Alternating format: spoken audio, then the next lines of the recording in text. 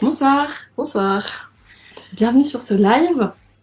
On est super contente d'être avec vous et de vous retrouver ce vendredi soir pour vous présenter un tournage qu'on a fait à la Time Gallery et vous présenter un peu notre projet professionnel à Ouna et moi. Donc un projet coprod en partenariat avec Oprod, la MIE et Co-Creartup. Donc on va commencer tout de suite. Bonjour Amélie. Bonjour.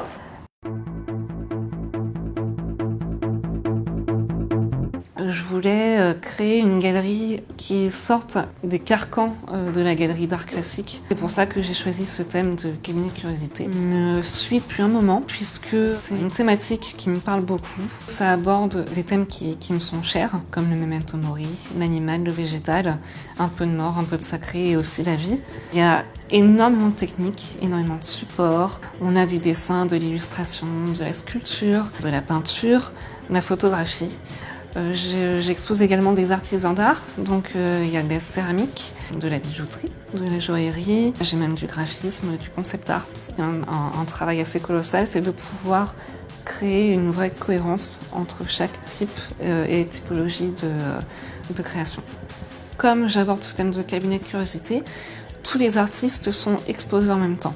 Et sur le mur bleu, comme vous voyez derrière moi, tous les mois et demi, une rotation des artistes de la galerie qui proposent une exposition sur une thématique qui leur est à eux spécifique. Et donc là derrière moi, vous avez Aurum ex Oblivion, qui est une réinterprétation de l'œuvre de Lovecraft par l'artiste Plume Écro. Derrière le mur, vous avez 200 mètres carrés d'escape game. Mes amis Émilie Jollois et Juliana Jollois m'ont proposé de créer cette galerie en tant qu'entrée de l'escape game. J'ai ouvert la galerie 2 semaines avant le premier confinement. On a dû un peu se réinventer. Donc j'ai énormément misé sur la communication numérique pour pouvoir mettre en avant tous les artistes. J'adore faire la bouffe. Moi, j'ai cette chance aujourd'hui de pouvoir vous ouvrir mes portes. C'est plutôt voir un peu le bon côté des choses. Essayer de faire des événements comme on peut. Voilà, samedi dernier, on a pu faire le vernissage de l'exposition qui est juste derrière moi. Moi, j'ai un parcours assez pluriel, très artistique. Mon master en commercialisation et diffusion des œuvres d'art contemporain m'a permis de me professionnaliser, puisque grâce à ça, j'ai monté ma grosse exposition qui s'appelait Dans l'antre du côté obscur et qui rassemblait une trentaine d'artistes sur le thème des méchants de la pop culture. J'ai monté cette grosse exposition que j'ai fait un peu tourner dans des galeries, dans des lieux un peu alternatifs aussi, dans des conventions. Et en fait, j'ai eu l'opportunité, fin 2019, de partir pour pouvoir monter cette galerie. Tout s'est bien goupillé parce que mes amis m'ont proposé de monter cette galerie-là. On part sur cette aventure qui demande beaucoup de travail, beaucoup d'investissement, mais quel bonheur et quel plaisir de pouvoir créer cet univers qui m'est très cher.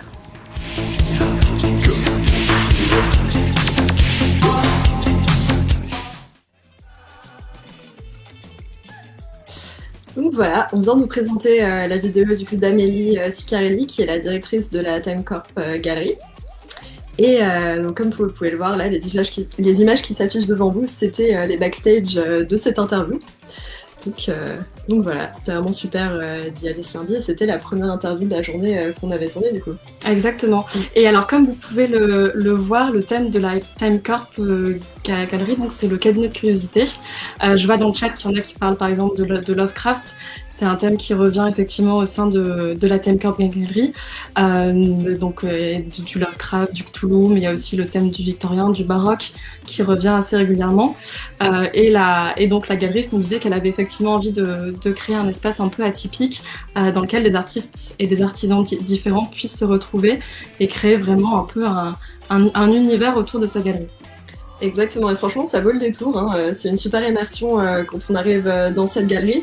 Donc d'ailleurs, n'hésitez pas à nous dire en commentaire, vous, quel serait votre rapport au cabinet de curiosité, ou si c'est la première fois que vous voyez un espace comme ça, et ce que vous en pensez. Et alors effectivement, vous pouvez vous demander pourquoi est-ce que on était en tournage à la Timecorp du coup ce lundi. En fait, il se trouve donc que Ouna et moi, on est en pleine création d'un projet professionnel qui s'appelle Coprod, qui est une boîte de production. Et donc le but de cette boîte de production, c'est de réaliser des vidéos pour mettre en avant les voix d'artistes ou de personnes qui ont des choses à raconter, de parcours un peu différents de ce qu'on voit. Et donc ce projet est né parce qu'on était toutes les deux étudiantes à l'école du Perret. On peut dire que c'est un peu un résultat du premier confinement dans un sens en fait. Ça sortit juste avant quand Colline était en stage dans une galerie parisienne justement. De Fibery. C'est pas Colline, si tu veux nous en parler un petit peu très rapidement. Si, bien sûr. Alors, je pense que déjà, Ouna et moi, on a une appétence pour la vidéo parce qu'on a fait donc des études de design. Et donc, c'est vrai qu'on a été formés à l'utilisation de tout plein de logiciels, que ce soit de retouche de photos, de montage, de 3D, etc. Et c'est vrai que la vidéo est un moyen très efficace de communiquer une ambiance, un univers, aussi de faire entendre des voix. Moi, je suis un peu la spécialiste de la voix off au sein de Coprod et Ouna, c'est la spécialiste du montage. Voilà, on se répartit un peu les rôles. Et donc, ce projet est né, effectivement. Moi, j'étais en stage dans une galerie d'art qui s'appelait de Fibery, spécialisée dans l'art textile. Et je voyais des artistes qui défilaient avec des créations très, très intéressantes. Et à chaque fois, j'avais envie de leur en demander plus sur ce qu'ils faisaient et de pouvoir avoir un moment vraiment intime avec eux dans les ateliers où on discute un peu en face caméra de ce qu'ils font, de leur rapport à l'art, etc. Et donc j'ai branché Ouna sur le projet et pendant toutes les vacances de juin, juillet, août, on a eu l'occasion d'aller faire des tournages dans des ateliers avec des artistes. Et ce qui était assez marrant, c'est que je me souviens au moment où ce projet est vraiment né, en fait, on n'osait ni l'une ni l'autre se demander si on voulait travailler ensemble parce qu'on avait toutes les deux peur de comment l'autre allait réagir. Puis après, on s'est rendu compte qu'on avait exactement la même idée, donc c'était vraiment comique en fait. Donc voilà, c'était une belle naissance. Et nous, en fait, là, donc actuellement, on est encore étudiante. Donc moi, je travaille, j'étudie plutôt en médiation culturelle. Et moi, du coup, en temps normal, je serais en Écosse. Je suis revenue il y a un mois à cause du confinement là-bas, mais je suis étudiante en design produit industriel à la Glasgow School of Art. Et donc voilà, donc en fait, le télétravail, on connaît bien et on continue à travailler à distance en temps normal quand on n'est pas dans le même pays. Donc c'est cool de voir qu'en fait, malgré la distance et malgré la séparation dans les deux pays, on arrive quand même à faire continuer le projet et à se rejoindre quand on peut. Et c'est hyper sympa et encourageant, quoi. Ouais, c'est clair. Moi, j'arrête pas d'appeler Ona sur WhatsApp, elle me dit arrête de m'appeler, et puis. En fait, je suis ravie qu'elle m'appelle, voilà. Et on s'en sort. Alors, est-ce qu'on avait envie je vois une question qui arrive, est-ce qu'on avait envie de travailler avec des galeries d'art? D'où vient cette idée et allez-vous réitérer l'expérience?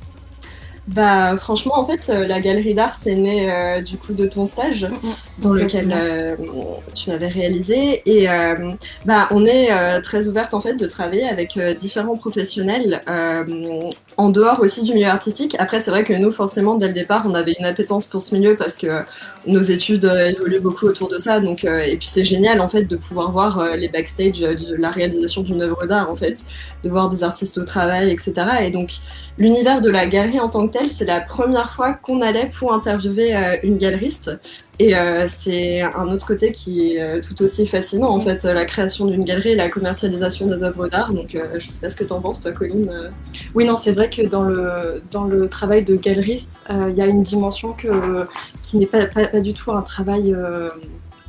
Comme celui que peut avoir un artiste dans son atelier, mais c'est plus un travail de communication, de promotion. Il y a aussi effectivement une dimension de direction artistique, et c'est quelque chose qu'on voit notamment énormément à la Time Corp Gallery, donc qui est sur le thème du cabinet de curiosité. Le choix des œuvres, le fait qu'il faut créer une ambiance, qu'il faut que les gens comprennent aussi en arrivant là où ils se trouvent, ce qu'on montre, ce qui est exposé. Donc il y a vraiment tout un travail en tant que galeriste qui est très intéressant. Et nous on est très très contents du coup qu'elle nous dit et puis nous dévoiler un peu les backstage de ce travail de galeriste. Et est-ce qu'on envisage de retravailler avec des galeristes dans le futur? Nous on aimerait énormément effectivement si on a l'opportunité de le faire. Et après c'est vrai que ce qui est super chouette de découvrir des galeries un peu atypiques, il y a un peu ce truc dans la galerie d'art du white cube. Pour ceux qui sont pas familiers avec le jargon de l'art contemporain, c'est ces galeries très blanches, un peu impersonnelles, qui font un peu peur. Et nous, on est super contente aussi de pouvoir aller dans des lieux un peu différents, peut-être plus accueillants, qui permettent aussi de montrer de l'art à un public plus étendu. C'est ça, et moi je sais pas toi, mais j'ai super envie qu'on puisse à nouveau aller dans les escape games, et du coup de découvrir l'escape game qui se cache derrière la galerie. Carrément. Et donc justement, par rapport à la question qui s'affiche, donc la galerie Time Corp a un univers bien particulier. Que pensez-vous du thème du cabinet de curiosité et que nous évoque-t-il? Dis-moi toi ce que ça t'évoque. Moi personnellement ça m'évoque en fait un foisonnement très riche de plein d'œuvres différentes, et ce qui est exactement ce qu'on retrouve quand on entre dans la Time Corp, et tout à fait par contraste avec les galeries White Cube. Mais en fait c'est génial et on aimerait passer des heures à tout observer, les différentes techniques, les différents questionnements artistiques qui se trouvent derrière toutes les œuvres. Donc, et puis, cabinet de curiosité et cette idée d'étrangeté et d'être un peu en décalage par rapport au circuit traditionnel. Donc, voilà, moi, c'est ce que ça m'évoque et ça me plaît beaucoup. Je sais pas ce que t'en penses, toi, Colline. Eh ben écoute, moi je suis tout à fait d'accord avec toi. C'est vrai que à la base, dans le cabinet de curiosité, il y avait cette idée de, alors qu'on m'arrête dans le chat si je dis des bêtises, je suis pas historienne malheureusement, mais ce côté d'objets un peu rares, d'objets un peu exceptionnels, je sais pas, des cornes de licorne, des coquillages, des choses sous cloche, des choses sous verre rares qu'on n'avait jamais vues avant, des pays étrangers exotiques. Et je trouve que c'est très intéressant à traduire quand on est un artiste, parce qu'il y a ce côté de la préciosité, de quelque chose qu'on voit pas, dont on n'a pas l'habitude. Et ce que je trouve intéressant aussi avec le cabinet de curiosité, c'est qu'il peut y avoir aussi cette dimension de choses peut-être qui dérangent un peu, de choses un peu sombres, un peu macabres, qu'on n'a pas forcément l'habitude de voir et qui sont des sujets à part entière dans l'art et dans l'art contemporain. Et pour une fois que des artistes peuvent s'exprimer là-dessus, c'est un espace de liberté hyper important. Alors justement, on a une nouvelle question d'un des internautes, est-ce que vous allez étendre votre projet à d'autres formes d'art que l'art contemporain? Alors, dans l'idéal, oui. En fait, on aimerait bien couvrir un peu tous les terrains. Après, c'est vrai que nous, du coup, en fait, on avait commencé avec des artistes d'art textile. Donc, c'était des artistes contemporains, mais spécialisés là-dedans. Et là, on s'est étendu. Enfin, récemment, on a interviewé un peintre. Là, du coup, les deux artistes que vous allez découvrir bientôt dans ce live, il y a un illustrateur et concept artiste, une photographe et vidéaste. Donc, en fait, on aimerait bien s'étendre à tout type de terrain de création, en fait. Et on vous en parlera un peu plus tard, mais aussi à terme, d'autres milieux professionnels que l'art pur aussi. Alors, Créartup, comment est-ce qu'on est venu à Créartup? Donc, Ouna et moi, on était en train de faire notre petite truc dans notre coin, on était en train de filmer des vidéos chez des artistes, on trouvait ça super chouette. On a passé toutes nos vacances à travailler, mais c'est pas grave, on adorait ça. Et à un moment, quand Ouna est partie donc en Écosse, on s'est dit, mais on a toutes ces vidéos en attente, qu'est-ce qu'on en fait? Est-ce qu'on les présente? Est-ce qu'on crée une chaîne YouTube? Est-ce qu'on crée un compte Instagram dédié? Et un soir, alors que je scrollais sur Instagram de manière un peu sans fin, je suis tombée sur une sponsorisation Instagram. Preuve que les pubs sur Instagram, ça fonctionne. Et donc, c'était une sponsorisation qui parlait d'un appel à projet dans les projets étudiants dans le milieu culturel. Et donc, j'ai directement envoyé le lien à Ouna en lui disant, mais regarde, il y a ce concours, ce projet qui se monte. Est-ce que ça t'intéresse? Est-ce qu'on déposerait pas un dossier? Heureusement, elle a dit oui. Bon, bah on y va carrément quoi. Et donc on a monté un dossier donc parce que donc pour participer à Créartup, il faut créer un dossier donc où on présente un peu notre travail en lien avec les milieux culturels. J'ai fait un aller-retour à Glasgow en Écosse juste avant le confinement. C'était la partie très très fun de l'histoire quand même. Et heureusement, bon, je me suis pas fait arrêter à la douane et donc je me suis retrouvée à Glasgow avec Luna pour tourner donc une petite vidéo de présentation du projet. Donc à l'époque, le projet qu'on avait, c'était le projet Midi Artiste avec la galerie et on a envoyé ce dossier à Créartup et on a eu la chance d'être donc lauréate de Créartup pour l'édition 2021. Et Créartup, c'est super parce que c'est un accompagnement, c'est du conseil aux jeunes étudiants qui veulent se lancer dans le milieu professionnel culturel. C'est très riche, les interventions sont très pertinentes. Et nous tu m'arrêtes si je dis des bêtises, mais nous qui avons une formation plutôt en design dans le milieu de l'art, on n'a pas eu l'habitude d'être confronté à des sujets tels que l'entrepreneuriat. La professionnalisation en fait, de manière générale. Pas de création de projet, etc. Donc c'est super intéressant de participer au dispositif Créartup. Et donc notre interview de Sophie Yacoub de la MIE, bien sûr, s'il y a une personne qui pourra très bien expliquer le lien avec Créartup, c'est bien elle. Donc c'est tout de suite, on regarde. Bonjour Sophie, est-ce que tu peux te présenter? Oui. Alors je suis Sophie Yacoub, je travaille à la ville de Paris dans une structure qui s'appelle la Maison d'initiative étudiante et je m'occupe particulièrement de l'accompagnement des projets entrepreneuriaux. Ok, super. Donc du coup, la Maison des initiatives étudiantes ou MIE, est-ce que tu peux nous en dire plus? Ouais. Alors c'est une structure de la ville de Paris où on met à disposition gratuitement des ressources matérielles pour les étudiants. Donc des salles de réunion, un plateau de tournage pro, une salle de répétition. Et on fait aussi de l'accompagnement de projets. Donc on pilote plusieurs appels à projets, notamment dans l'économie sociale et solidaire et aussi dans l'art et la culture comme Créartup. Et donc du coup, Créartup concrètement, qu'est-ce que c'est? Alors Créartup, c'est un appel à projet pour les étudiants qui veulent se professionnaliser dans l'art et la culture. À l'issue des phases de jury, il y a un accompagnement qui a lieu quasiment sur toute l'année. Et le temps fort de Créartup, c'est un festival de 3 jours où les étudiants peuvent mettre en lumière leur projet et aller à la rencontre de leur public. Ok, super. Merci beaucoup Sophie. Pas de souci. Donc voilà, on espère que ça vous aura donné envie d'aller voir un peu ce qui se fait chez Créartup et puis potentiellement si vous êtes des jeunes qui avaient des projets artistiques ou de design, de peut-être postuler et qui sait, vous serez peut-être les prochains lauréats.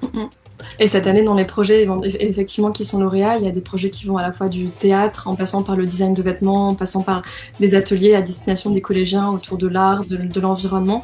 Donc c'est vraiment très très large et il y a plein de choses à faire, il y a plein de choses à dire. Et à la MIE et chez Créartup, ils sont vraiment super et on a un accompagnement qui est hyper intéressant. Et on est notamment très très très heureuse d'avoir pu faire ce tournage avec eux à la Time Corp Galerie. C'était super chouette. Ouna, est-ce qu'être étudiante et être entrepreneuse, ça nous plaît ou pas? C'est la grosse question. Dans l'idéal, bien sûr, ouais, ça nous plaît énormément. Sinon, je pense que on le ferait pas parce que c'est quand même beaucoup de travail. Mais non, c'est super. Et puis, enfin, moi, l'intérêt que je trouve vachement, enfin, ça rejoint un peu ce que tu disais tout à l'heure, Colline, mais c'est que c'est hyper complémentaire au final de nos études à nous, parce qu'on est toutes les deux dans le milieu de l'art et du design, et il nous manquait cette professionnalisation. Et donc là, justement, avoir notre propre projet artistique et culturel, bah, ça nous donne une vraie motivation pour comprendre tous les rouages de la professionnalisation. Donc, comme tu disais, toutes les paperasses administratives, tous les bilans qu'on devra préparer, financiers, de comptabilité. S'il y a des etc. experts comptables dans le chat, on lance un appel à l'aide. C'est pas facile. Non, mais effectivement, c'est vrai que c'est important d'aborder ces sujets qui sont un peu différents, et même si c'est énormément de travail et qu'on compte pas nos heures et nos soirées, et c'est un projet qui nous motive et qui nous inspire énormément, donc on est super contente de pouvoir continuer. D'où nous vient ce goût pour la vidéo? Est-ce qu'on peut dire que c'est l'école de YouTube? Ouais, c'est ça, exactement. Je pense qu'on a des rencontres internet et... Je pense qu'on a grandi avec de la vidéo, des formats courts, Ouna comme moi, et donc on a toujours eu en fait une manière de voir le monde à travers la vidéo, de le raconter à travers la vidéo, et c'est vrai que pour avoir donc fait des études dans l'art et avoir l'occasion de côtoyer des artistes, de côtoyer des designers, c'est des paroles en tout cas qui m'intéressent et qui intéressent Ouna, tu m'arrêtes encore une fois, qui nous intéressent énormément, et il y a des pratiques qui vont avec, il y a de l'art, il y a du design qui sont des choses qu'on montre assez peu au final en vidéo, et donc il y avait une envie de raconter les parcours des artistes, parce qu'il y a un peu aussi ce gros mythe autour de l'artiste contemporain qui vit dans une tour en ivoire et personne ne le voit jamais, et là c'était un peu une envie de démystifier ce qui se cachait à l'arrière, qui nous intéressait. Et toi, qu'est-ce qui t'intéressait moi, c'était aussi tout le côté échange et backstage, en fait. Enfin, quand on va dans les ateliers des artistes, en général, ça nous prend une bonne demi-journée, voire une journée dans certains cas, et c'est vraiment des super belles rencontres. Bah, ça, on vous en parlera plus à la fin, mais on a eu des histoires géniales avec des artistes qui vraiment prennent le temps de nous expliquer leurs pratiques, eux-mêmes d'où ça vient. Donc, c'est des parcours très souvent super motivants et inspirants aussi. Et voilà, et c'est toujours chouette de rencontrer des nouvelles personnes dédiées à ce qu'elles font. Donc voilà, c'est un peu un tout en fait, cette aventure humaine. Complètement, ouais. Alors, retournons à la galerie et parlons de l'artiste suivant que l'on va vous montrer. Donc, l'artiste suivant est un concept artiste, et c'est toi, Colline, qui s'est chargée de cette interview. Donc, non. C'est toi, Anna, qui s'est chargée de l'interview et de Edouard Mazet. Et écoute, si quelqu'un comme toi qui l'a interviewé, je me permets de l'introduire. Je t'en prie. De l'introduire un peu rapidement. Donc, ce qui s'est passé, c'est que Amélie, donc la galeriste de la Time Corp Galerie, nous a envoyé une liste des artistes de la galerie, et c'est vrai qu'on a très vite flashé sur le travail de Edouard Mazet, donc qui est concept artiste et illustrateur, et qui a une approche de l'illustration qui est magnifique, qui ressemble presque à de la peinture en fait, voire même de la photo. Certaines de ses œuvres sont déjà des photos, et qui utilise, donc il vous en dira plus dans son interview, mais qui utilise des logiciels numériques, et en fait qui a un univers très riche, qui est quelqu'un de très cultivé, de très intéressé par des périodes très très différentes et des époques très différentes, et qui du coup, et en fait toutes ces choses se retrouvent dans son art, et vous allez voir, mais en fait son concept art est plein de références à l'histoire, plein de références aux cathédrales, plein de références à Lovecraft, à plein de choses, et du coup on était super contente de pouvoir l'interviewer.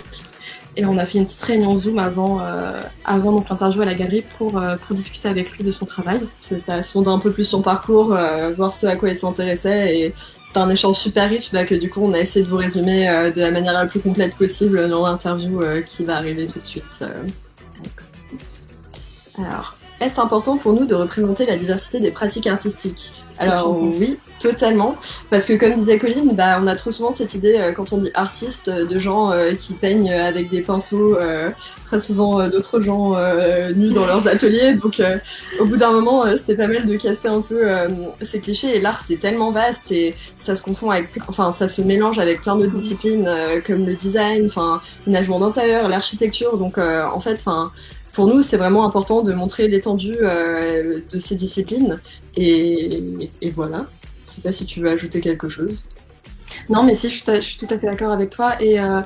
Et c'est vrai qu'en fait, bah, typiquement, à travers des univers comme celui de la Thème Corp Gallery, on se rend bien compte que l'art est multiple, que l'art englobe la sculpture, le bijou, le vitrail, le soufflage de verre, et qu'en fait, il y a une espèce de porosité entre l'art contemporain, le design et l'artisanat, que nous, on adore mettre en avant et qu'on est très content de mettre en avant. Et c'est vrai que pendant très longtemps, il y a eu une espèce de hiérarchie des genres qui se retrouve un peu aux Beaux-Arts entre la peinture à l'huile, la sculpture, le dessin.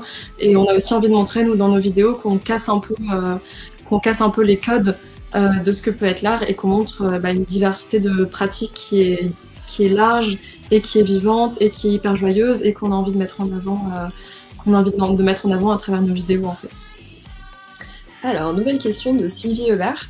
Vous Merci pensez que Sylvie pour la question. la crise Covid vous a freiné ou au contraire ouvert de nouveaux horizons? Bah, vu que en fait ce projet est né juste après le confinement et que s'il n'y avait pas le confinement, on serait peut-être pas dans le même pays, moi je pense que ça nous a vachement... ça a déjà aidé à la création de ce projet. Et puis en fait, dans un certain sens, moi je serais pas revenue en France non plus s'il n'y avait pas eu le confinement, donc je pense que ça nous permet ça nous permet d'être créatifs. Quand on peut plus faire des choses qu'on avait l'habitude de faire avant, bah on se réinvente et typiquement là ça nous donne l'opportunité, ça nous donne le temps aussi de travailler en parallèle avec Creartop et de plus se concentrer sur ces activités et d'aller filmer dans les galeries et d'aller à la rencontre des artistes. Donc moi je dirais que dans ce sens, ça nous a clairement aidé. Je ne sais pas ce que t'en penses. Oui, je suis tout à fait d'accord avec toi. Et c'est vrai qu'effectivement, je pense que ce que ça a pu apporter en plus, c'est une espèce de lenteur qu'il n'y avait pas forcément dans le monde de l'art où tout peut aller assez vite, où les gens n'ont pas forcément le temps de se rencontrer, de se parler. Et c'est vrai que là, du coup, ça nous a donné le temps de rencontrer des artistes qui avaient un peu plus eu le temps de se concentrer, d'être dans leur bulle. Et du coup, ça crée aussi des échanges, alors je vais pas dire plus intéressants, mais plus posés, plus calmes, où on avait vraiment l'occasion de discuter, parce qu'il y avait un peu cette espèce de moment de suspens en pension, où on pouvait se retrouver tous ensemble et se parler. Et ça nous a aussi donné plus de temps pour regarder des tutos sur YouTube pour se former à la vidéo. Donc bon, c'est un mal pour un bien. Alors, par la suite, aimeriez-vous rester dans le milieu artistique et culturel?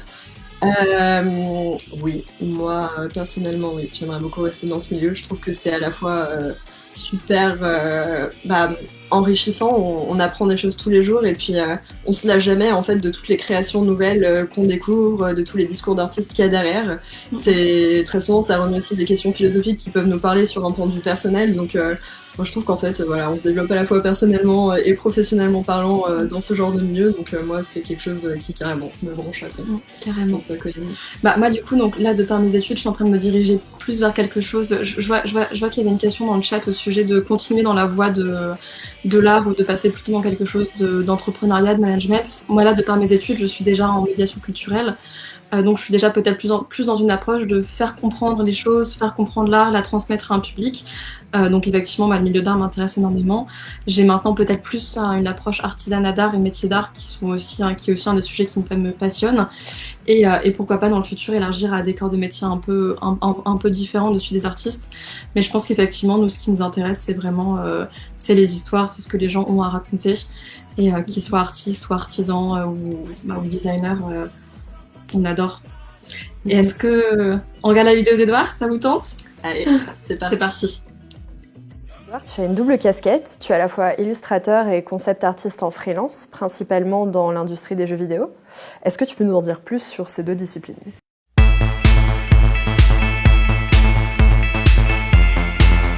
J'ai un travail qui est à la fois déjà numérique et traditionnel et qui va, en tant qu'illustrateur, consister surtout à raconter des histoires. Ça va être sous la forme de couverture de livres, de jeux, choses comme ça. En tant que concept artiste, je vais devoir en fait créer l'univers visuel d'un jeu, enfin en général d'un jeu vidéo puisque je travaille essentiellement dans le jeu vidéo, où du coup ça va être beaucoup plus quelque chose de technique, où je vais devoir créer des planches typiquement pour des objets, des lieux, des personnages.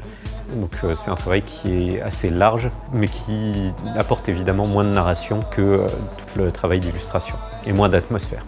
En fait, j'ai un parcours qui est un petit peu atypique, dans le sens où j'ai d'abord fait une école des beaux-arts. Je me suis aperçu que c'était pas ce que j'avais envie de faire. J'ai voulu me relancer vers l'illustration, Finalement, en école des beaux-arts, on m'a très vite fait comprendre que c'était pas l'orientation des lieux. Et donc, du coup, je suis parti dans une école d'animation, où j'ai appris le cinéma d'animation et la 3D, et où j'ai appris la plupart des acquis techniques dont je me sers aujourd'hui dans mon travail de concept artiste.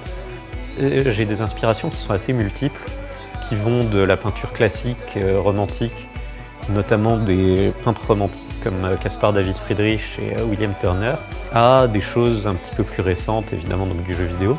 En peinture, il y a aussi beaucoup les peintres pré-raphaélites, et notamment John William Waterhouse, que je cite très régulièrement dans mon travail. Et puis beaucoup d'artistes travaillant dans le jeu vidéo, entre autres beaucoup des artistes qui ont travaillé sur les jeux Naughty Dog, donc Uncharted et The Last of Us. Alors j'ai 7 illustrations donc, qui s'appellent l'Abbaye, qui est issu de mon projet E-Green. C'est un livre court, enfin de 50-60 pages, mais où mon projet est de faire quasiment une illustration par page, donc créer une narration à travers ça. J'ai un univers qui puise beaucoup dans l'iconographie du 19e siècle, et notamment l'iconographie victorienne. Du coup, forcément, le cabinet de curiosité se rapproche beaucoup des thèmes que je vais aborder dans mon travail, et notamment l'aspect sombre, parfois macabre, un intérêt pour une nature assez étrange et qu'on va trouver dans les cabinets de curiosité. Pour moi, ça allait de soi que ça correspondait au genre de lieu dans lequel je voulais me retrouver.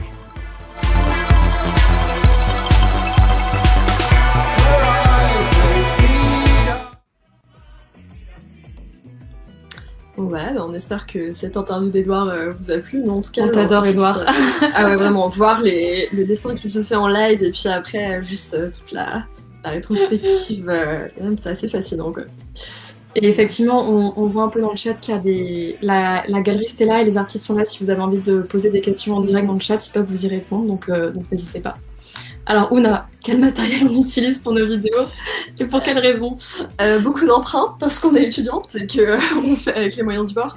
Non, en vrai, on utilise 2 appareils photo, un trépied, une micro-cravate, un stabilisateur. Et donc moi c'est un appareil photo Canon Rebel SL1. Toi du coup c'est un appareil qui filme bien. Voilà. Non, je pense qu'on a commencé il y a pas très longtemps, et c'est vrai que du coup on est encore en train de s'équiper, de se stuffer un peu en termes de matériel. C'est un peu le jeu au début, on emprunte des trucs à droite à gauche. Si mon petit frère est là, je te rendrai ton stabilisateur un jour, promis. Et là, c'est vrai qu'on commence à réfléchir à investir dans du matériel un peu plus qui déjà sera à nous et pas à nos parents ou à nos amis, et qui sont un peu plus pro en termes de rendu. Et voilà, donc on est un peu dans une envie constante de faire évoluer, mais c'est vrai que c'est un prix. C'est un prix, exactement. Et du coup, comment gérez-vous la post-production et comment choisissez-vous les moments qui semblent le plus judicieux à garder au montage? Ça, je dirais que, en fait, voilà, pour résumer, les formats courts, ce sera toujours beaucoup plus intéressant dans le sens où en 3 minutes, on arrive à capter l'attention des gens en général. Enfin, ça marchait sur nous, donc on s'est dit que ça s'appliquait au large public et qu'au bout d'un moment, il faut savoir cibler les choses qui sont importantes dans le discours des personnes. Et en fait, je sais qu'on est des personnes très visuelles toutes les deux, donc moi personnellement, une fois que Colline m'a envoyé du coup la voix absolument parfaite avec tous les discours des artistes retravaillés, pour la post-production et rajouter les images, tout ce qu'on va garder, ça va être qu'est-ce qui marche le mieux et visuellement évoque des choses intéressantes à montrer, intéressantes à parler et à débattre dessus. Donc voilà, Colline, je sais pas ce que tu veux ajouter. Si, moi, donc c'est ce que je vous disais un peu au début du live, mais en termes de répartition des rôles, moi je m'occupe plus des voix off et Ouna s'occupe généralement du montage. Moi, ce que j'adore dans les voix off, c'est déjà j'adore écouter les gens qui parlent pendant des heures et des heures. Ce que j'aime bien dans les voix off, c'est réussir à condenser une parole qui peut être une parole de 15, 20 ou 30 minutes en une parole de 3 minutes, tout en étant fidèle du coup à la pensée originale. Donc évidemment en éliminant toutes les petites hésitations, les gens qui se redisent, etc., qui se répètent. C'est un peu un travail de bijoutier quoi, où on coupe à la seconde près, et moi j'adore faire ça, et j'adore avoir effectivement des belles voix à la fin. Je suis un peu une psychopathe du son juste et du son où il n'y a pas de bruit et d'écho à l'arrière. Et après, en ce qui concerne la post-prod, c'est vrai que nous, généralement, ce qu'on fait après un tournage, c'est qu'on se retrouve en fin de journée et on dérush tout. On regarde donc toutes les vidéos et on prend donc les plans qui nous intéressent le plus. On fait souvent plusieurs plans d'un même objet et on va garder celui qui est le plus pertinent, le plus intéressant, avec le plus bel angle, qui bouge pas, qui est net, etc. C'est ça, et en fait, au fur et à mesure des tournages, ce qui est hyper intéressant, c'est que nous, on se nourrit d'autres vidéos, on essaye de reproduire de plus en plus les plans que eux ils font. Donc on peut voir nous-mêmes une évolution dans nos vidéos, des plans qui deviennent de plus en plus audacieux, on va dire. On essaye de passer de plans fixes à de plans de plus en plus animés, histoire que de mettre le travail de l'artiste mis en valeur et que ce soit aussi intéressant à regarder que quand nous on était dans l'atelier en face à filmer l'artiste. C'est ça. Et on s'envoie régulièrement des vidéos où Ouna et moi en se disant est-ce que t'as vu telle vidéo à tel moment, il fait un fondu qui est génial, il faut qu'on fasse le même, et du coup c'est comme ça qu'on évolue aussi. Exactement. Ouna, est-ce qu'on a un budget illimité pour le setup de nos rêves? On va dire qu'on a un budget illimité. Évidemment. Alors le setup de nos rêves, on va commencer par un appartement de 300 mètres carrés, s'il vous plaît, Voilà. ce serait chouette. Exactement, ça c'est pas mal, bien illuminé, bien éclairé. Voilà, Tout à avec fait. une orientation en plein sud au centre de Paris. Ensuite, un petit studio de montage dans un coin. Forcément. Ça pourrait être cool pour traiter toutes nos vidéos. Et moi, j'aurais envie que ce soit vraiment un espace ouvert à tous, ouvert aux artistes. Donc pourquoi pas un atelier de menuiserie dans un coin aussi de cet appartement de avec 300 beaucoup mètres de carrés. machines, ne pas oublier les Avec machines. plein de machines trop Parce que chouettes. d'ailleurs, parlons-en des machines, mais entre les découpes laser qu'on a pu utiliser de par nos études et qui, moi personnellement, si je peux en avoir une dans mon salon, dans ma chambre tout de suite. Une ça imprimante m'arrangerait. 3D aussi. Une imprimante 3D, bien sûr, la base. Donc voilà, ça ferait partie du package. Et après, effectivement, en termes de matériel plus vidéo, donc toi, je sais que tu baves devant le Sony Alpha. un jour, quand on aura beaucoup d'argent, qui est un appareil photo pro, donc qui filme en 4K. qui filme en 4K en très bonne et- qualité. ouais. Et voilà, si jamais vous avez un ticket de loto gagnant et que vous avez envie de partager, n'hésitez pas. Encourager la jeune création. Et moi, du côté du son, j'avoue que j'ai pas forcément de référence en tête là comme ça. Les micros qu'utilisent les streamers et les gens sur Twitch sont très très très performants. Après, c'est vrai que pour le coup, niveau son, je trouve qu'on peut avoir un bon rendu avec un matériel pas forcément très très cher. Mais voilà, on essaie de s'améliorer. Et puis donc voilà, un appartement géant, on pourrait faire venir des artistes en résidence pour les interviewer directement, un showroom et puis une petite plante à côté de la machine à café. Important ça. Voilà.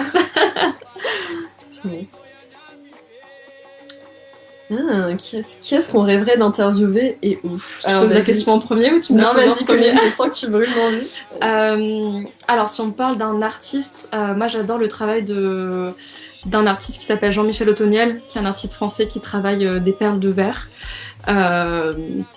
Donc Jean-Michel Otoniel qui a travaillé pour Jardin de Versailles, qui a fait une station de métro juste à côté du Palais Royal aussi. Voilà, moi j'aimerais beaucoup l'interviewer et j'aimerais l'interviewer où? Peut-être dans un joli parc, dans un décor un petit peu calme. Sans les bruits avec les oiseaux en arrière-fond parce qu'on aurait un bon micro du coup. Et si je devais interviewer un personnage historique, ce serait, moi j'aimerais beaucoup interviewer Simone Veil. Voilà, grande figure du féminisme, si elle veut bien se relever d'entre les morts et venir me parler. Ce serait chouette. Et toi, Ouna? Alors moi du coup, il y en a tellement. Là, en ce moment, j'ai découvert récemment ce studio british Bumpass and Park que je montrais à Colline, qui est très en lien avec le travail de l'expérience autour de la nourriture. C'est vrai avec un projet sur lequel je bosse actuellement pour mes études, donc ils ont un humour vraiment très décalé dans toutes les productions qu'ils font, donc moi ça me plairait beaucoup justement d'aller à leur rencontre. Je pense que je passerai un très bon moment et puis découvrir les créations un peu funky et décalées qu'ils ont à proposer pour quand on mange, parce que manger c'est cool. Et sinon après en termes de personnages historiques, moi ce serait plutôt une autrice, donc je peux remercier ma mère pour ça. J'ai lu très récemment les livres d'Irène Nemirovsky et franchement vu tout ce qu'elle raconte dans ses romans et sa manière de penser et d'agencer les histoires, je me dis que ça doit être quelqu'un de très très intéressant à rencontrer et à interviewer. Donc voilà, pour nous deux. Pays, on aimerait partir en tournage et pourquoi? Le Népal, parce que je n'ai pas pu y aller à cause du corona. Parce que pour la petite anecdote, Ouna est un peu une voyageuse de l'extrême, donc elle a fait le tour de l'Europe de l'Est et elle avait commencé à faire le tour de l'Asie du Sud juste avant le confinement. Putain, et je l'ai eu au téléphone une semaine avant qu'il l'annonce et je lui dis mais t'es sûre que t'as pas envie de rentrer en France? C'est un peu chaud. Elle m'a dit non mais t'inquiète, je peux rester encore une semaine, je vais au Népal, y a pas de souci. Bon, la vie on a fait autrement, mais La vie on a fait autrement, exactement. Mais la vie c'est long, donc on aura le temps d'aller globe-trotter en Asie toutes les deux Même au Cambodge, ils font des très beaux paniers de tressage bambou. avec Je pense que ça plaisir. pourrait être pas mal, ça aussi, pour nos vidéos. Et moi, j'aimerais bien aller, si je devais aller filmer dans un pays étranger, j'aimerais bien aller filmer au Mexique ou potentiellement dans des pays en Amérique du Sud, par exemple au Pérou, dans la forêt amazonienne, au Brésil, ce serait super. Voilà, bon, des lieux un peu reculés, un peu sauvages, et surtout des pays où il y a des traditions du textile qui sont hyper fortes et hyper intéressantes dans l'art et dans l'artisanat d'art et qui m'intéressent beaucoup. Voilà. Un sujet qui nous tiendrait particulièrement à cœur de filmer.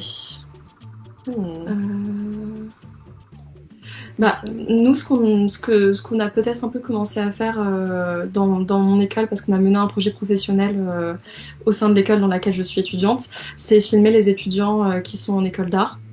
Et filmer les étudiants peut-être de manière générale, ça va un peu avec tout ce qu'on voit en ce moment sur la précarité étudiante et ce que c'est d'être étudiant aujourd'hui en 2021 et que c'est pas forcément simple. Et c'est super typiquement que des dispositifs comme Creartup mettent en avant la création étudiante.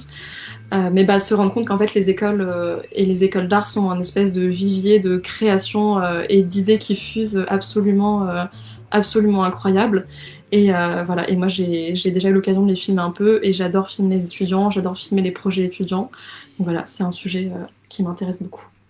Moi je te rejoindrais sur la question étudiante en fait parce que on se rend compte aussi notamment pendant les semaines de diplôme ou quand on passe et qu'on regarde le travail d'étudiants qui vont obtenir ça y est, leur diplôme et quitter l'école et se lancer dans le monde pro, en fait, il y a vraiment un foisonnement et une richesse au niveau de tout ce qui est présenté et qu'il y a assez peu de visibilité. Au final, parfois, ils ont la chance d'exposer dans des galeries à Paris ou des choses comme ça, mais c'est un peu éphémère et on risque de ne pas les retrouver sur le long terme, alors que vraiment, il y en a qui mériteraient un tremplin, en fait, pour pouvoir s'exprimer et qui abordent des concepts liés au design et à l'écologie et au développement durable et des trucs qui sont des thématiques qu'il faut qu'on aborde et qui sont importantes d'implémenter dans l'industrie aujourd'hui. Donc moi ce serait un peu promouvoir ces paroles qu'on n'entend pas assez, je trouve, et qui méritent, des idées un peu nouvelles et des projets un peu fous. Totalement. C'est sûr.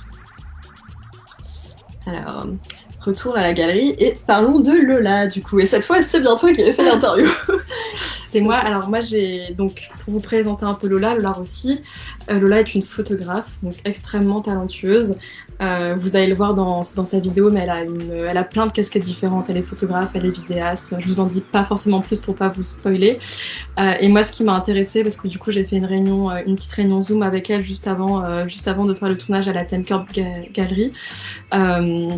C'est qu'elle a une approche de la photo qui est elle approche la photo presque comme un peintre approcherait un tableau. Elle a un côté où elle retravaille ses images comme un peintre pourrait le faire avec des couches de peinture. Et elle est vraiment dans cette idée de l'image un peu unique, un peu bijou, un peu objet, un peu exceptionnel.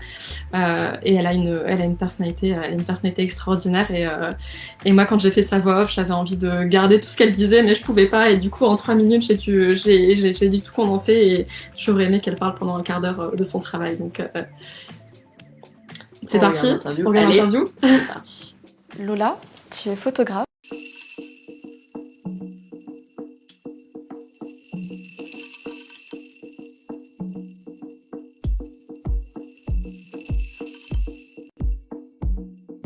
Lola, tu es photographe.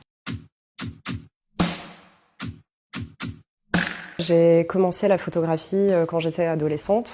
J'avais une amie qui avait un appareil photoréflexe. Ce que j'ai fait, c'est que je l'ai emprunté et je faisais des photos d'absolument tout ce que j'avais autour de moi. Dans la suite logique, j'ai fait des études dans l'image. Je suis partie à Montpellier, où j'ai étudié à Artefix les effets spéciaux numériques au cinéma.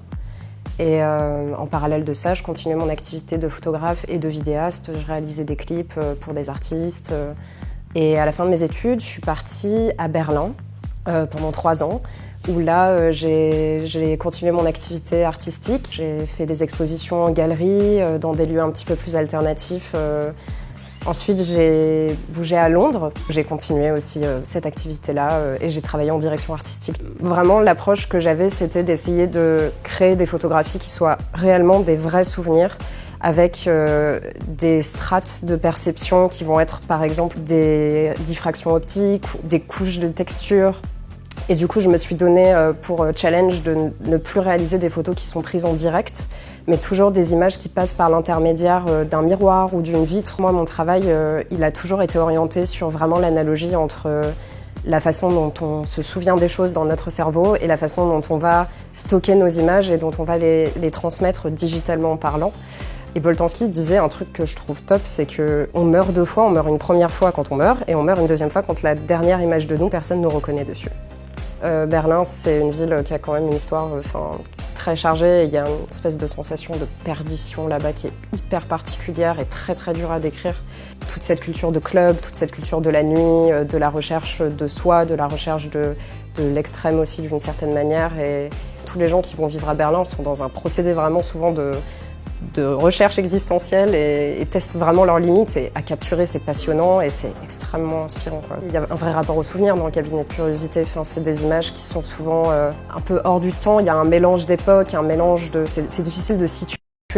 Et cette accumulation d'objets, ce rapport un peu chaotique et hors du temps, ça va complètement dans ma démarche et dans mon travail photographique.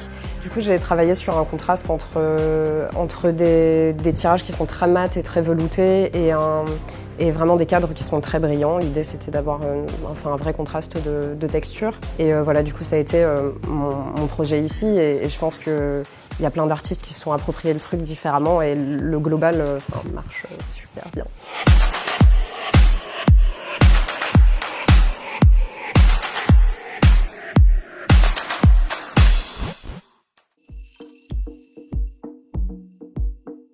Vidéo, franchement, les Flowers, je pense que c'est une de mes préférées. Elle a vraiment un travail de direction artistique et de mise en scène, donc de clips, à la fois pour des chanteurs, pour des chanteuses, de vidéos artistiques qui est super intéressant, qui est très très beau. Et comme elle en parle dans la vidéo, j'espère que vous avez pu la voir malgré le petit souci de connexion. Il y a aussi ce rapport à Berlin, aux gens qui se perdent, aux gens qui errent, qui nous touche énormément. Je sais pas si vous êtes déjà allé à Berlin, peut-être que vous pouvez nous dire dans le chat si vous êtes déjà allé, mais c'est vrai que c'est... moi j'y suis allée, j'avais 6 ans. Mais je m'en souviens que c'est une ville immense, où tu sais pas où est le début, où est la fin, Mais toi t'es allée à Berlin il y a pas longtemps, non? Je suis allée à Berlin il y a 3 ans maintenant, je pense, mais oui, effectivement, c'est à la fois très très grand, donc on retrouve un peu quelque chose de similaire à Paris dans cette idée de foisonnement. Il y a toujours quelque chose qui se passe, c'est super riche, et puis d'un quartier à l'autre, les ambiances changent vraiment vachement, mais on sent un peu ce côté underground artistique dont effectivement Lola parle dans la vidéo. Mais par contre, contrairement à Paris, c'est vachement plus aéré, et il y a vachement plus d'espace pour justement profiter de ce foisonnement. Donc non, franchement, Berlin c'est super, et si je peux y vivre un jour, je ne dirais pas non. Bah, tu m'en as déconseillé Lola, qui habitait pendant 3 ans du coup. Exactement, ouais. Tout à fait. Alors, pouvez-vous nous parler du projet Midi Artist? Cette volonté de faire un focus sur des artistes et des pratiques artistiques, est-ce que c'était une volonté de notre part à toutes les deux? Du coup, oui. Oui, alors pour revenir donc un peu, on a déjà évoqué un peu les débuts du projet Midi Artist, donc qui est le projet qu'on a présenté à Creartup. On a monté un dossier autour de ce projet pour se présenter donc pour l'incubateur Creartup, qui est un projet qui est né donc parce que moi j'étais en stage dans une galerie qui s'appelle The Fibery, qui est une galerie d'art spécialisée dans le textile à Paris, qui fait un super travail.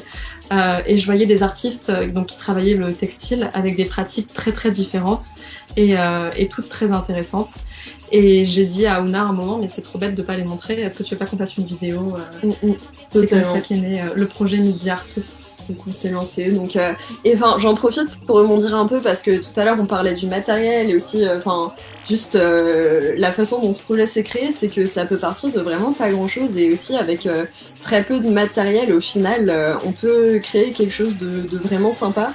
Et nous on a des appareils photo, mais maintenant les portables aussi filment en 4K, donc si on peut dire quelque chose à des personnes qui peut-être n'osent pas se lancer par manque de matériel, c'est ça, franchement, n'hésitez pas, même avec très peu de choses. Aujourd'hui, on a de la chance d'avoir de la technologie incroyable directement dans nos poches, donc faut vraiment en profiter et puis se lancer, quoi. Si on a une vision un peu particulière, si on a un projet un peu sympa en tête qu'on n'ose pas, allez-y. D'ailleurs, n'hésitez pas à nous dire dans les commentaires si vous aviez des projets en tête et en quoi ça consistait, parce que ça peut être super sympa d'échanger dessus. Carrément. Quel a été le tournage qui nous a le plus marqué et pourquoi? Alors pour recontextualiser un peu, il faut savoir que nous, des tournages Midi Artist, donc avec des artistes d'art dans le textile, on en a fait 6 en tout. Moi, celui qui m'a le plus marqué, je pense que c'est peut-être le même, c'est celui chez un artiste qui s'appelle Clarence Guéna. Donc Clarence Guéna qui est un artiste qui travaille la résine et le canevas. Donc le canevas c'est le canevas de grand-mère qui brode. Je sais pas si JC peut nous mettre une image de canevas brodé. Peut-être, ouais. Mais en fait, ce qui est super intéressant pour cet artiste, c'est qu'il travaille par couche, donc il va superposer plein de canevas différents, puis après recouvrir le tout de résine, et puis après, avec ses perceuses, recréer un nouveau tableau en fait en creusant à différentes profondeurs pour faire apparaître les différents canevas au fur et à mesure. Donc à voir, c'est assez magique. La coulée de la résine, c'est toxique mais c'est super beau, donc on a adoré. Mais il y a eu un plus à ce tournage, Colline. Est-ce qu'on veut en parler? Est-ce qu'on peut en parler? Ah oui, alors ça c'était un peu, c'est l'anecdote de tournage. Donc il faut savoir que Clarence Guéna a un atelier à Montmorency, donc qui est la maison de ses parents. Donc il a un atelier dans une maison de 300 mètres carrés avec un jardin qui est magnifique. Et donc nous on arrive là, donc déjà on sortait de Paris, de nos petits apparts dans le 18e, on était trop contents de se retrouver avec lui. Et en fait il se trouve que la semaine juste avant le tournage, il s'était retrouvé chez lui un matin, il avait ouvert la porte et il avait trouvé un poulet devant sa porte. Et donc en fait on s'est retrouvé avec un petit poulet qui nous suivait pendant le tournage. Et donc on a fait le tournage dans l'atelier de Clarence. Et dès qu'on sortait de l'atelier, le poulet nous suivait. Voilà. C'est vraiment lié d'amitié avec lui. Enfin, surtout moi, si j'avais pu, je l'aurais pris, mais on n'a pas voulu. Donc voilà, c'était une anecdote assez fun. Et puis, alors le pire moment qu'on a vécu lors d'un tournage, honnêtement, je pense qu'on n'en a pas eu. Pour le moment, à chaque fois, c'était des super bons échanges. D'ailleurs, pour continuer sur les tournages vraiment cool, après on a été chez Anita Romano aussi, la dernière artiste en date du projet Midi Artist qu'on a rencontré, et elle, pour le coup, ils sont un couple de Brésiliens, qui ont vécu à Berlin d'ailleurs, tous rejoints, et qui nous avaient invités en fait dans leur jardin au milieu de l'interview pour un barbecue. Voilà, là on était en train de tourner chez eux, dans une maison absolument magnifique, dont Colline veut la décoration l'intérieur et le mobilier. Et ça, c'était vraiment en fait une journée de tournage, mais vacances en fait, parce que vraiment le rythme était hyper chill, c'était hyper ça. sympa, on était super contents d'être avec eux, il faisait beau, enfin c'était un peu idyllique. Et c'est vrai que finalement en termes de pire moment de tournage, on se retrouve généralement face à des gens qui sont contents qu'on soit là, nous on est contents d'être là aussi. Enfin, donc on ne s'est jamais retrouvé en face de gens pas sympas ou pas agréables, parce que nous on est on est contente que ça se fasse, quoi. Et eux aussi, je pense qu'en termes de pires souvenirs, il y a forcément des galères de technique où on se rend compte qu'on a plus de batterie, que le micro est pas branché depuis le début. Effectivement on a eu un tournage où on avait fait une prise son qui était pas bonne, du coup moi j'ai dû retourner chez la personne faire l'interview. Donc il y a ce moment pas très pro où on renvoie un mail en disant bonjour, excusez-moi, on a oublié de faire la voix off, ça vous dérange pas si on la refait une deuxième fois? C'est un peu les aléas de ce qui peut arriver avec la technique. Mais ça arrive, et puis on fait des erreurs, et puis on apprend de ses erreurs, et justement, il faut se tromper avant d'être pro, et comme ça, une fois qu'on arrive sur le marché du travail, on saura exactement quelles erreurs ne pas faire. Alors, est-ce qu'on a d'autres projets en cours, Colline? Justement, en dehors du secteur artistique, qu'est-ce qu'on a de prévu pour le moment? Alors là, on est en train de réfléchir à tourner une vidéo avec... Alors je peux pas encore vous donner le nom parce que rien n'a été validé encore. De tourner avec un gros laboratoire de recherche agronomique en France. Et donc l'idée, ce serait de dévier un peu des portraits d'artistes et d'artistes contemporains et de faire des portraits donc de scientifiques. Et en fait, on irait là-bas pour filmer au sein d'une équipe de scientifiques. Mais ce qui serait intéressant, c'est qu'on filmerait des gens qui sont à la fois des gens qui travaillent dans la science mais en ayant un bac pro, comme des gens qui sont des doctorants, qui font des thèses. Et l'idée du coup ce serait de montrer que au sein d'une équipe de recherche, il y a des profils très différents sur un même sujet, et de mettre donc tous ces profils en avant au sein d'une vidéo. Exactement, parce que encore et toujours, l'idée c'est de présenter un peu le backstage, parce que y a tellement de professions dont on voit les produits finis au quotidien, mais absolument sans savoir comment ils en sont arrivés là. Alors typiquement, laboratoire d'agronomie, la nourriture qu'on a dans nos assiettes provient entre autres de là, donc franchement, comprendre un peu ce qui se passe en amont, c'est juste passionnant, et c'est ça qu'on aime mettre en avant aussi dans nos travaux. Et voilà. Je pense qu'en fait c'est ça, on aime comprendre, et c'est un peu ce qui nous motive aussi. Ouna, ça fait quoi d'être filmée C'est pas toujours facile. Non, mais c'est un exercice assez intéressant parce que c'est vrai que du coup, on s'y est confronté nous-mêmes. Bah, pour la petite histoire, quand on a monté notre dossier pour créer Artup, pour postuler, bah, on s'était dit que faire une vidéo de nous-mêmes en train de présenter notre projet, ça pourrait être intéressant.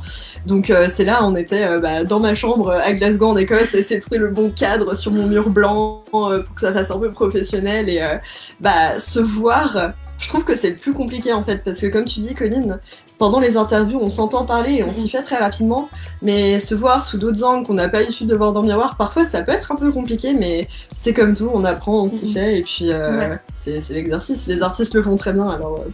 ils ont un peu du mal quand même. Hein. C'est vrai que l'exercice de la caméra est pas facile.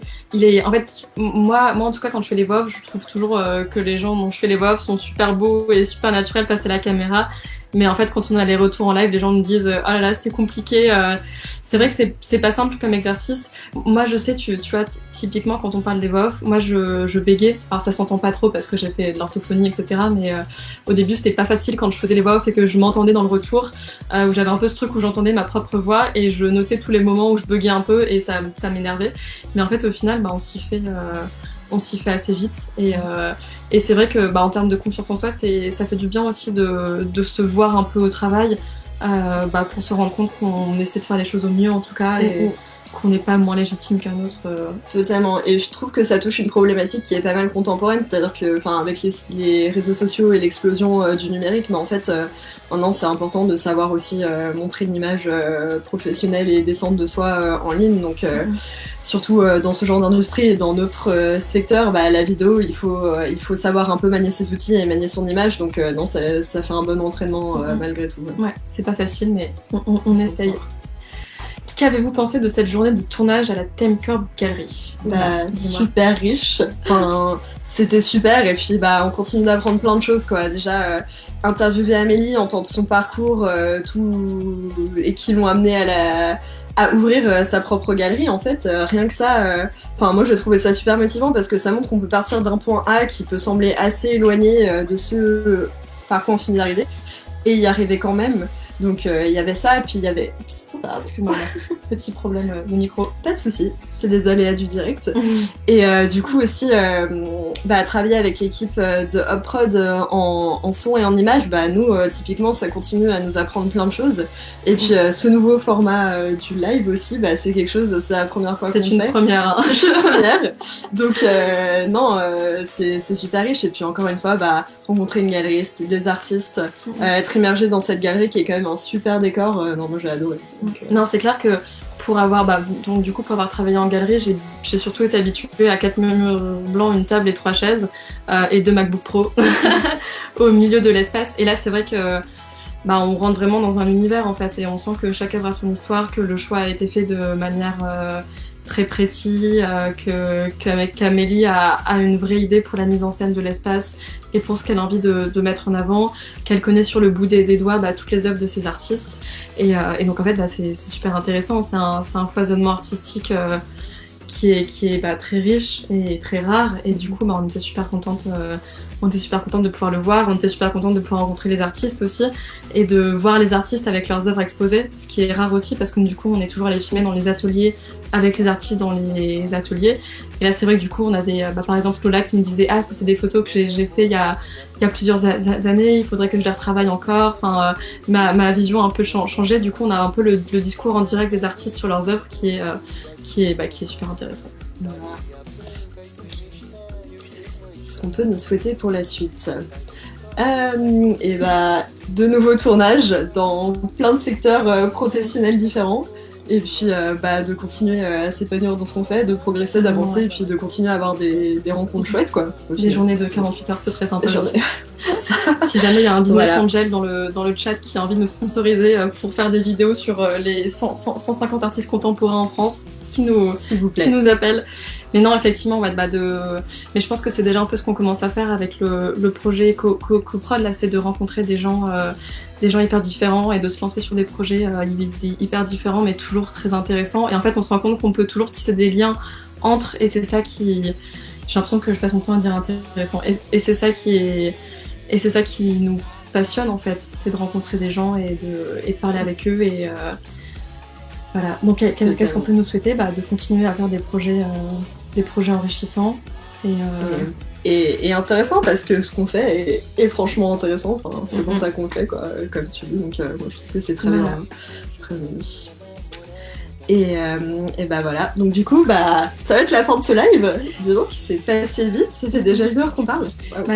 Merci à vous d'avoir pris le temps de nous écouter et d'avoir échangé avec nous. On a lu tous vos petits mots dans le chat, c'est super, ça nous fait hyper plaisir, on vous remercie. On tient à remercier spécialement donc la TimeCorp Gallery qui nous a accueillis pendant toute la durée du tournage. Et du coup Amélie, la galeriste, donc un grand merci à elle pour ce super décor. Et on tient aussi à remercier l'équipe de la MIE de Paris, donc Sophie Yacoub, dont vous avez vu l'interview, et Thomas Boulben, qui s'est occupé notamment de certaines prises d'image et de son.